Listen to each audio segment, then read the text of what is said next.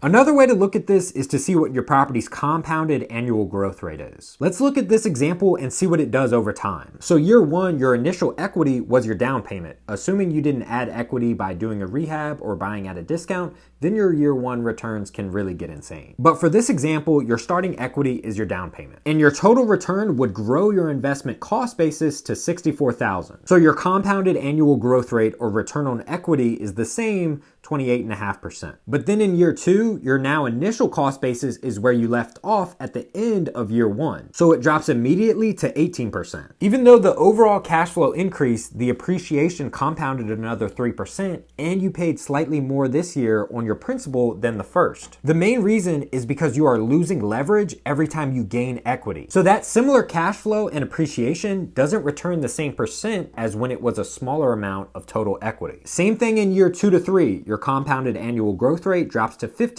now. Then year 3 to 4, 14%, year 4 to 5, 13%. And this is still with a $100 increase in cash flow each year. Now for the first 5 years, your return on equity drops fast, then starts stabling out. It drops at about 1% a year until like year 10 or so, then it keeps dropping maybe 0.5% or less. But over time, this makes a huge difference in your return. The total compounded annual growth rate for the first 5 years of ownership is 17.5%. If you didn't refinance at all, your compounded annual growth rate would end up being 11.5% at the end of 30 years. So your goal is to stay as much as possible in this first 5 years of leverage to maximize your returns before they start going down. As long as the property can service the debt, in this example, you would have over 35% equity in the property, leaving that 15% available to be cashed out and reinvested. At the same time, you're bringing this property's equity back to 20%, thus resetting your original leverage, keeping your return on equity at a compounded annual growth rate of 17% or more. Just to show you how much of a difference this makes, here's what $50,000 would turn into with 11.5% compounded annual growth rate,